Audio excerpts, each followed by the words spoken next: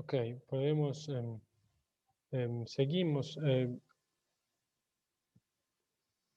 Estoy convencido que como alrededor de las 7 ya habremos terminado. Entonces estaba diciendo que el Estado racional se compone, se conforma de una burocracia especializada y de un derecho racional. Características del Estado absoluto, del Estado sobre todo liberal, perdón. Se necesita un derecho que pueda calcularse como una máquina y los puntos de vista rituales y mágicos no desempeña papel alguno. Aquí Weber quiere aclarar ese punto que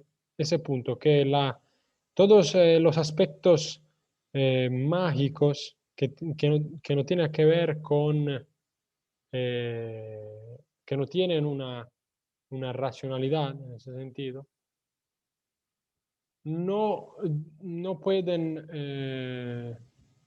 en un ambiente que incluye elementos mágicos o irracionales, no puede, no puede desarrollarse el capitalismo, porque el capitalismo no toma, se caracteriza por calcular, o por lo menos en la visión de Weber, por calcular eh, exactamente cómo alcanzar las ganancias, cómo maximizar, se preocupa de maximizar las ganancias, más que todo. Entonces, todos los elementos mágicos pertenecientes tal vez a otras poblaciones y realidades sociales, eh,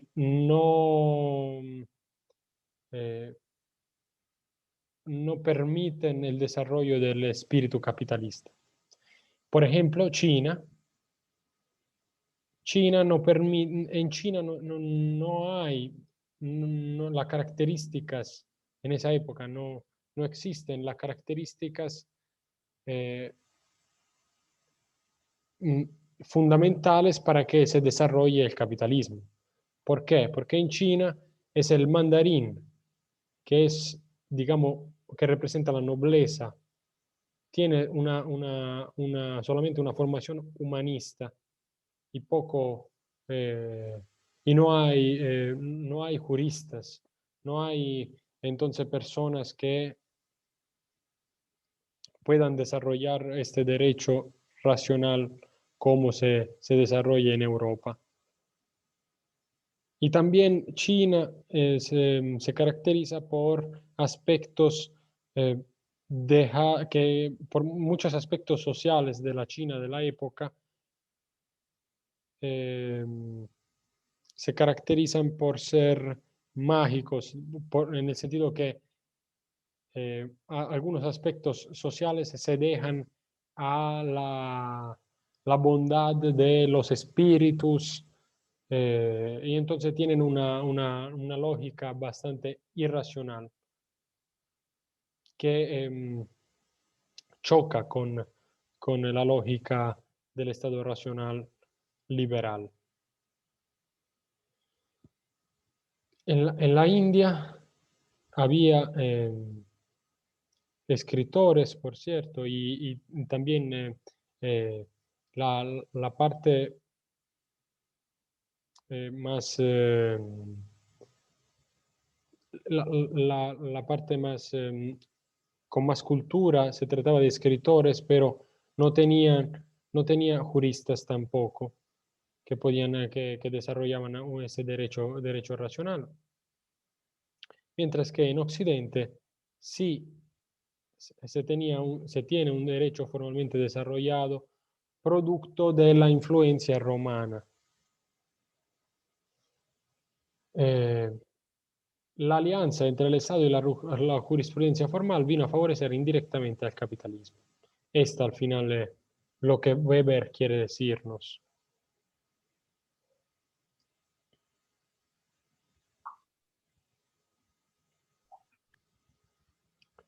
Otra cosa de la cual nos habla y que Weber y de la cual ya habíamos hablado anteriormente, es que esta burocracia podría llevarnos a un exceso, esto, a un exceso de racionalidad. Y por esta razón, demasiada racionalidad podría, eh, ¿cómo se dice? Volver poco flexible todo el aparato estatal. De hecho, Weber expresa su preocupación diciéndonos que es posible que la burocracia, al final, toda esa burocracia y eh, entonces ese exceso podría aprisionar, ese exceso de racionalidad podría aprisionar al ser humano eh, en una jaula, como si fuera en una jaula de acero.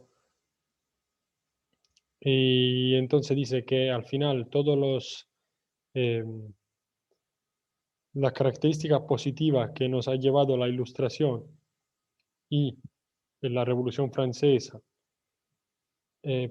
como el progreso, la ciencia, la libertad y la razón, el utilizo de la razón y el despoje de la religión, tenía por el otro lado ese riesgo, ese fuerte riesgo de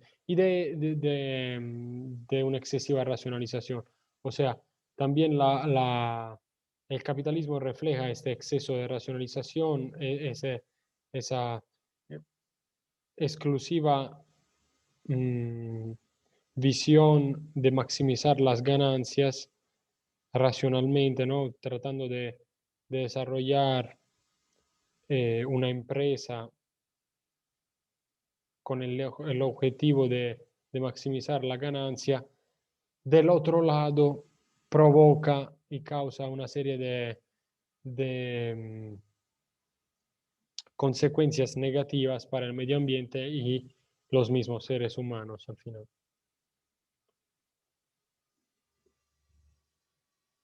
La política económica del Estado racional.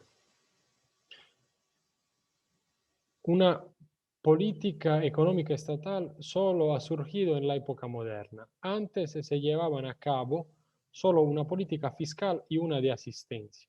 Cuando dice antes, Weber está haciendo referencia eh, antes del Renacimiento, digamos, toda la época, durante la Edad Media,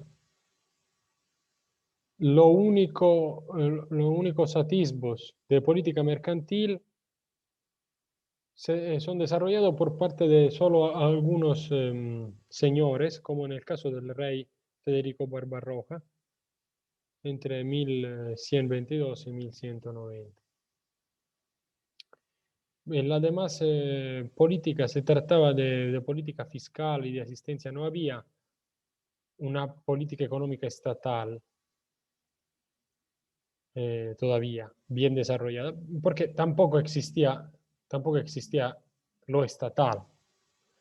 Con el Estado, o sea, con este nuevo aparato político que se pone en marcha a partir del siglo XV, se empieza a desarrollar una política económica que caracteriza un territorio un poco más extenso, mientras que antes con el feudalismo no se podía tener una política económica, todo dependía al final de la influencia de los varios señores feudales. En los casos de los señores feudales, sus influencias eran muy pocas, un poco extensas, porque al final sus territorios eran pequeños, mientras que con la monarquía y después con el Estado, esta influencia se puede expandir y expandiéndose el territorio, se expande también la política de los varios reyes eh, que, la, que la expresan, ¿no? La política arancelaria hallábase en manos de los príncipes territoriales y carecía, con pocas excepciones, de todo criterio sistemático en orden al fomento de la economía. Podemos encontrar tratados arancelarios hasta el siglo XIII. Y era la única expresión de una política económica en esa época. La primera huella de una política económica racional por parte de los príncipes se encuentra en el siglo XIV en Inglaterra, que y lo hemos visto, se conoce bajo la denominación de mercantilismo y lo hemos visto en el video ayer. Mercantilismo también difundido en España en esa época y sobre todo y ejemplificado en esa época por España más que por Inglaterra. Esta época, el siglo XIV y hasta el siglo XV, es España que los protagoniza. Pero después de España será Inglaterra y luego Gran Bretaña en asumir el protagonismo, el papel de protagonista principal. El mercantilismo significa, en palabras de Max Weber, la traslación del afán del lucro capitalista a la política. Entonces, sí, es el antecedente el ejemplo primitivo del capitalismo. La política económica hacia el exterior descansa en el principio compra lo más barato posible y vende lo más caro que pueda. La finalidad más alta consiste en robustecer hacia el exterior el poderío del Estado. Con todo el juego de oro y plata, ¿no? Las guerras para conseguirlos, como lo hemos visto en el video de ayer.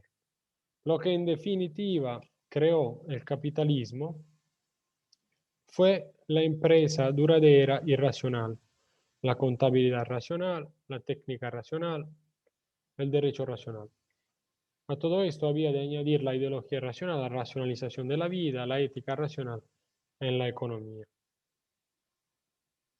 O sea, Weber definitivamente vincula el capitalismo a lo racional. Y ahora pasamos a analizar, después de haber visto el video, también con unas cuantas diapositivas, vamos a analizar esa obra que es fundamental de Max Weber sobre la ética protestante y el espíritu del capitalismo. Nicole, Tengo una consulta. sí. En el caso del estado, el estado racional, hay, según Weber, no sé si pues se ha planteado de alguna manera en alguna de sus obras, si hay como un desplazamiento de la cultura. No sé, ¿En qué quieren sentido? entender esa parte. Por la parte que hablaba de China, que China no tenía un estado racional, que era más regido por o sea, por las tradiciones o algo así creo que mencionó. Entonces, no sé si Weber también se refiere cuando habla de estado racional a un estado desvinculado de la cultura o si desplaza, no sé si me dejo entender. Sí, lo trato de entender.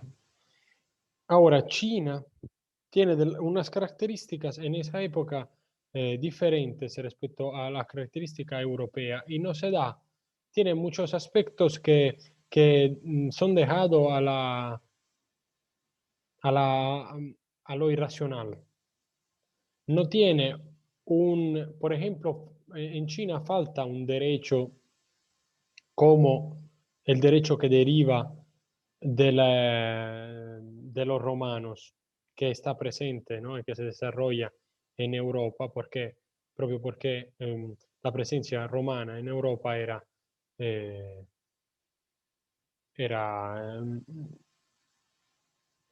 fue una realidad hasta 1400, cuando el Imperio Otomán derrota y cierra la experiencia del Imperio Romano, acaba con el Imperio Romano Oriental. Entonces, hasta 1400 la presencia romana es fuerte en Europa. Mientras que y el derecho romano es un derecho racional de este tipo. Mientras que en China muchas cosas eran dejadas, en China, por ejemplo, porque, pero se pueden encontrar otros ejemplos.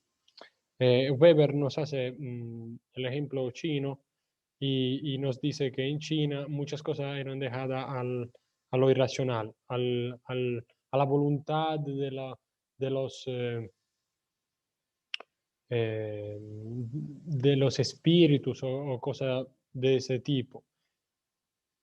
Por lo menos esa es la visión de Weber, de acuerdo a sus estudios. Y yo no, tampoco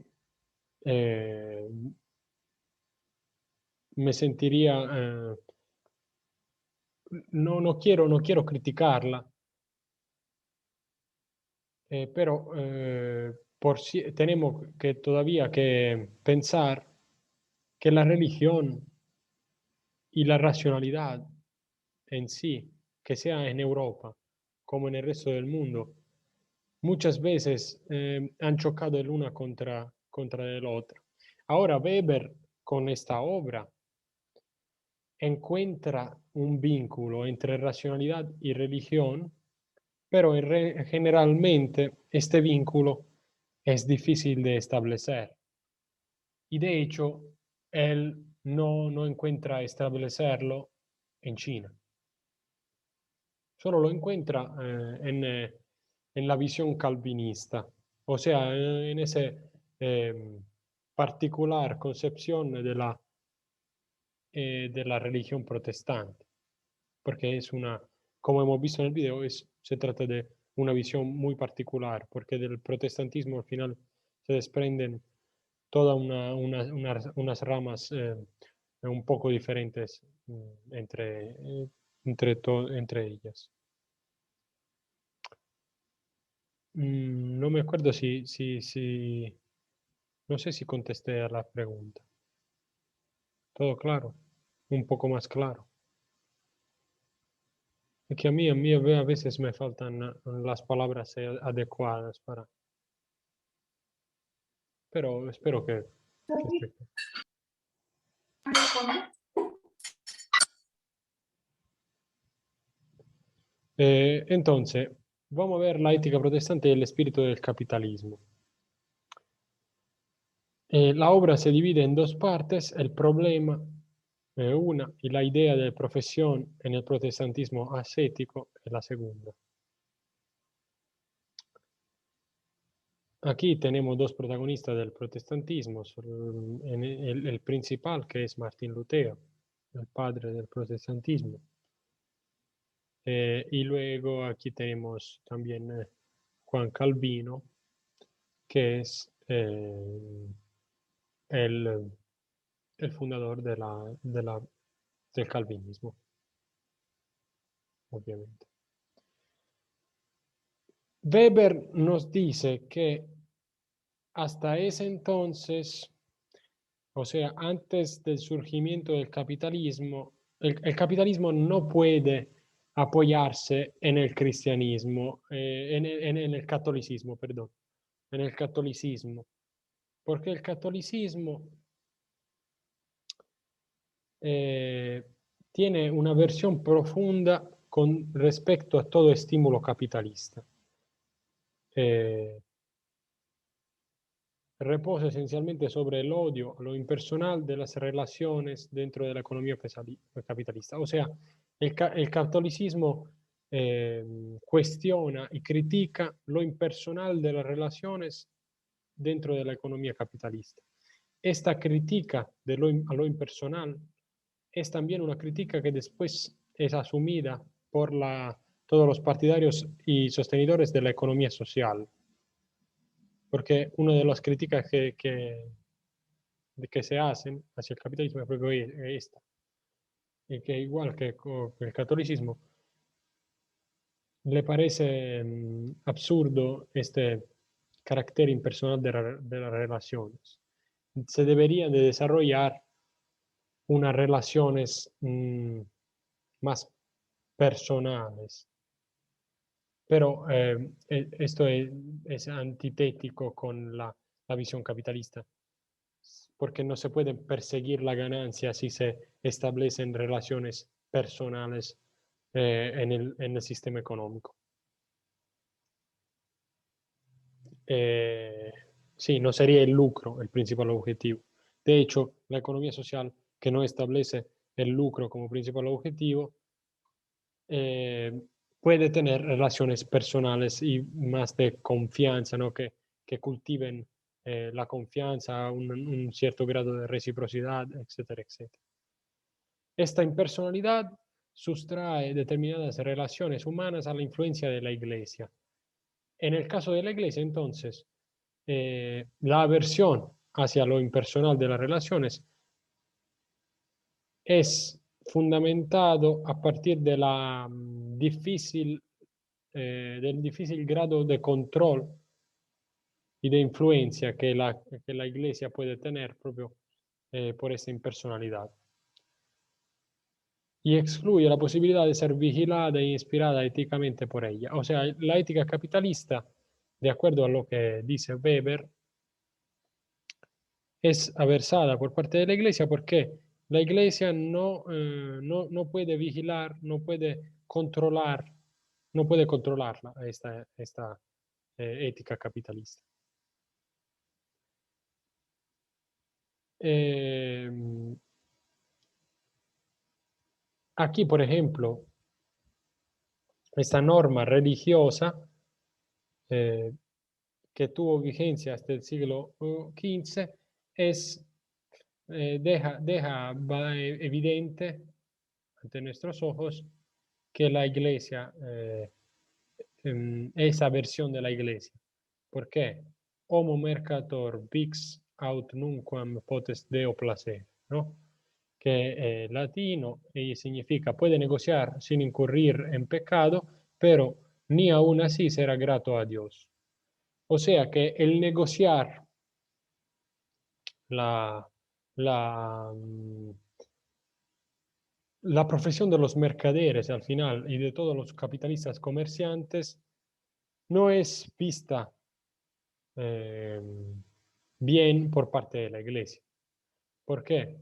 Negociar es pecado, es una actividad pecaminosa y que nunca le va a gustar a Dios. Entonces, eh, cualquier actividad comercial es condenada por parte de la iglesia, hasta el siglo XV por lo menos. Pero ahí hay el cambio fundamental.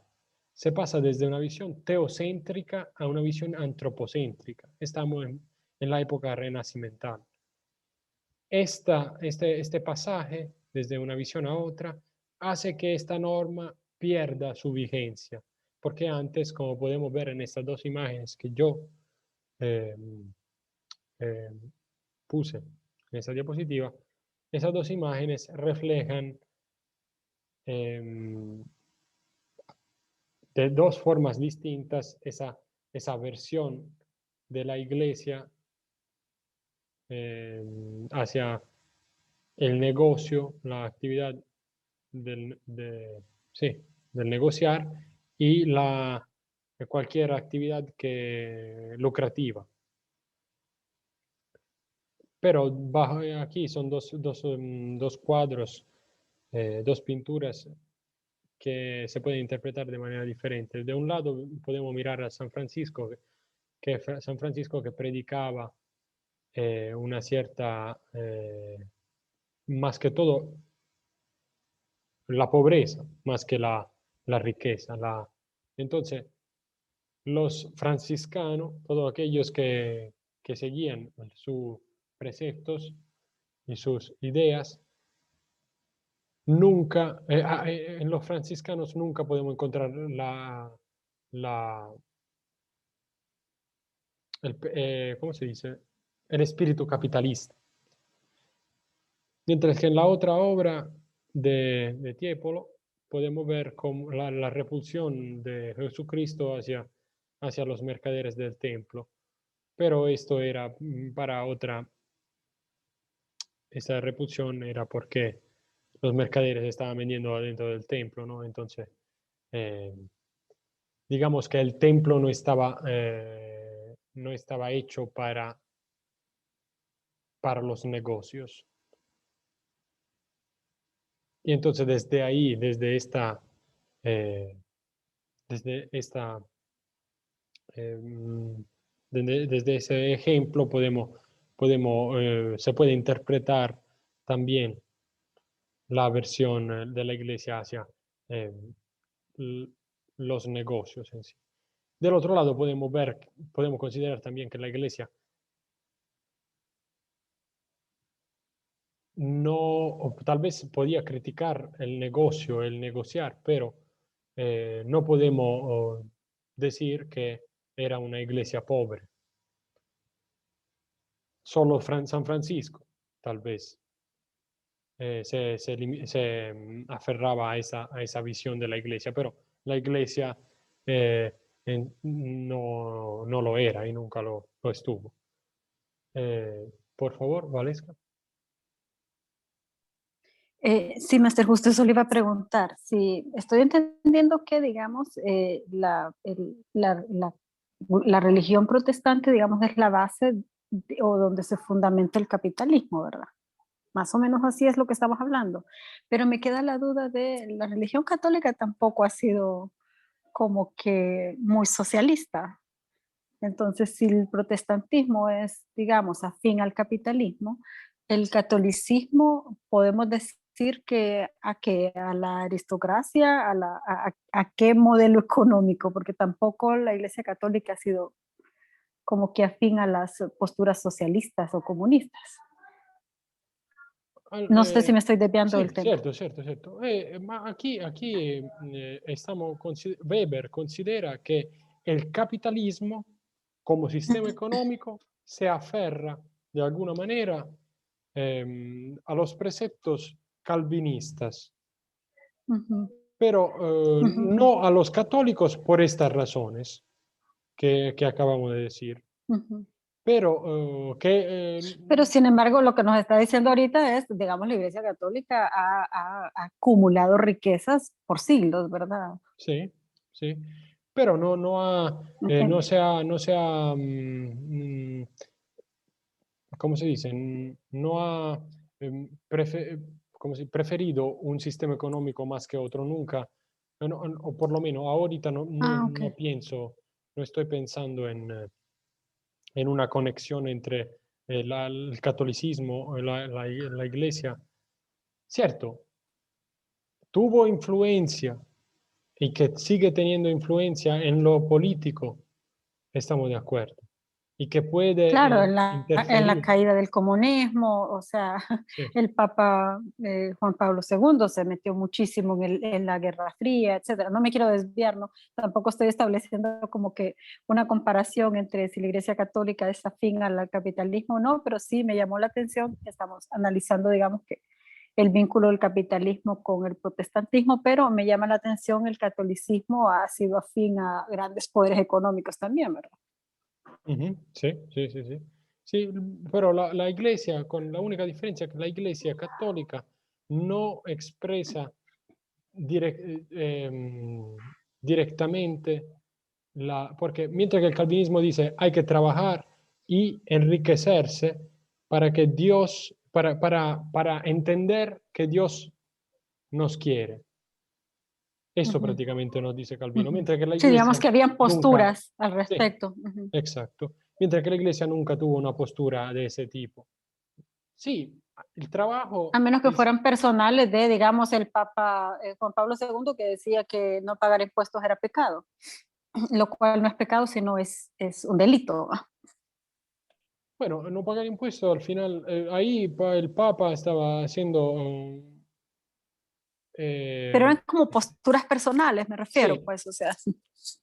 sí, ahí cioè, solo se trata de, esa es la ley, al final el Papa solo estaba solicitando que se respetara la ley. Bueno, lo que decía era, bueno, no. Ok. Ujú.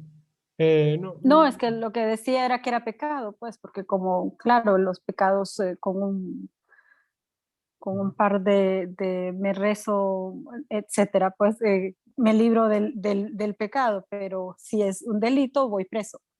ujú, Entonces, por ujú, eso era en mi opinión, ¿no? Por eso ujú, era lo de establecer de que si no se pagan impuestos es pecado, porque yo rezo 2, 3 Padres Nuestros y me libero del pecado. En cambio, si es un delito, yo tengo que rendir cuentas ante la ley. ujú. Es una opinión personal. Ok, Ok, gracias, maestro. gracias, gracias. ¿Alguien más había levantado la mano? ¿O no? No. Ok, entonces continuamos. Yo tengo nada más Sí, como un aporte. sí, sí. Tengo entendido, bueno, la verdad es que no me he empapado mucho del tema, pero que la reforma protestante surge y esto es de un siglo después de lo que usted escribe en la diapositiva anterior. No que sea esta reforma protestante porque tengo entendido yo que la iglesia había aumentado los impuestos papales, no sé qué nombre tenían.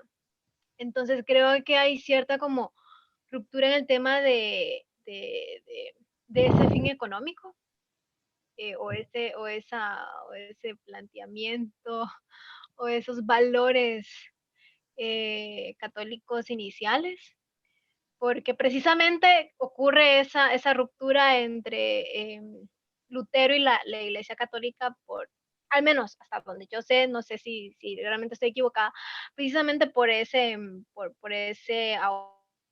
exorbitante de los impuestos papales. Entonces, no sé si hay alguien que me pueda iluminar, pero siento que sí la Iglesia Católica se debió como de esos preceptos o de iniciales que se plantea un siglo antes de la Reforma Protestante. Ahora, en el caso del surgimiento del protestantismo, eh, ahí el casus belli, o sea, la causa de la escisión del surgimiento del protestantismo se debe a la venta de las indulgencias por parte de la Iglesia y a la reacción eh, de Martín Lutero hacia esta práctica, si no me equivoco. Entonces, la iglesia que se podía criticar de mil maneras en ese entonces, y entonces por esta razón, y diría yo también con razón, Martín Lutero empieza su protesta, y de ahí nace la religión protestante. Pero, bueno, no es, no nos sirve a nosotros en ese momento porque si queremos investigar posibles vínculos entre el catolicismo y sistemas económicos específicos, bueno, sería eh, bueno, una posible obra a escribir, pero no sé, eh, en la literatura si existe algo a propósito. Aquí se está vinculando el capitalismo de alguna manera, el espíritu capitalista con la ética protestante, nada más. Tampoco es un vínculo directo, como mil veces se ha dicho y se seguirá diciendo porque hay siempre que remarcarlo bien, porque si no parece que el capitalismo desprende del calvinismo. No, es solo un ingrediente, digamos, que puede favorecer el cultivo de una práctica capitalista.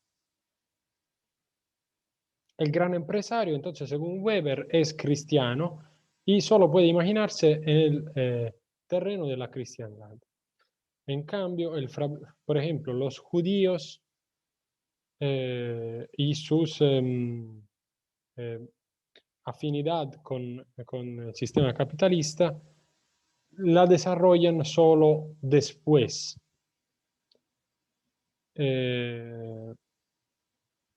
Porque en ese entonces, cuando el capitalismo se empieza a desarrollar, los judíos no no tenían un puesto, estaban al margen era de la sociedad y se hallaban fuera de los gremios. Así que no tenían suficiente, una posición suficientemente fuerte para,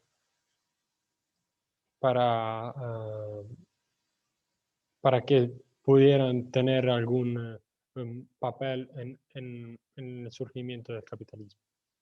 ¿Alguien levantó la mano? No, ¿verdad? No. Con el protestantismo no se recomienda la pobreza, pero la adquisición de riqueza tampoco debe inducir a un goce puramente animal. Nos dice Lutero, hay que considerar reprobable el afán de lucro material que sobrepase las propias necesidades. Con estas consideración se hace evidente que Lutero en sí no era muy compatible con el pensamiento capitalista en algunos sentidos. Era mucho más compatible Calvino, porque Calvino decía que a través del trabajo y si teníamos éxito en el trabajo, significaba que Dios nos quería y tal vez que éramos los predestinados. Habíamos encontrado la manera de averiguarlo. El éxito en el mundo del trabajo y entonces el enriquecimiento personal significaba la, la evidencia de haber sido predestinados, de haber sido elegidos por Dios. Lourdes, ¿sí? Es que hace rato estaba yo tratando de entender que a mí en realidad sí me parece bien lo que Weber dice en el sentido de que le da una justificación moral al sometimiento de la burguesía, del proletariado por parte de la burguesía, ¿verdad? Porque son como, entre comillas, como una clase elegida, ¿verdad? O privilegiada. Y esa es la justificación que le da. Y realmente se merecen esa acumulación porque como ellos han trabajado y tienen la bendición de Dios, entonces es moralmente justo que entonces exploten al trabajador, ¿verdad? Y el trabajador está destinado a ser sometido, ¿verdad? Por la teoría esta de la predestinación que también por ahí está analizando. Pero también me parece que también esto, ¿perdón? Podría ser una Sí, interpretación. pero me parece que se une con la otra también, la que vimos ayer. Sí. Porque es así como solo estaba tratando de recordarme de como un anillo de poder donde se va cerrando y van encontrando cómo perpetuar su dominancia. ¿Me entiende? Cómo justificar el uso de fuerza coercitiva, de someter a otros. Y van creando todo ese círculo. Y entonces estas personas que de hecho usted ha estado hablando, por ejemplo, San Francisco de Asís fue una persona revolucionaria en la Iglesia Católica en el tiempo en el cual se pagaba el perdón. Las personas pagaban por ser perdonadas. Entre más dinero usted tenía, pues le podía pagar un papa o a quien sea para que le dieran la bula y usted fuera libre de pecado. Pero San Francisco de Asís se asqueaba de eso y más bien revolucionó la Iglesia con los principios del voto de pobreza. Y de ese primero voto de pobreza luego surgen otros como los carmelitas y otros que han tomado votos. Y se cultiva lo que es ya un espíritu más gregario. O sea, si yo tengo es para dar a otros, ¿me entiende? Un espíritu de servicio. Sin embargo, hay como esas dos posiciones todavía en la iglesia, ¿verdad?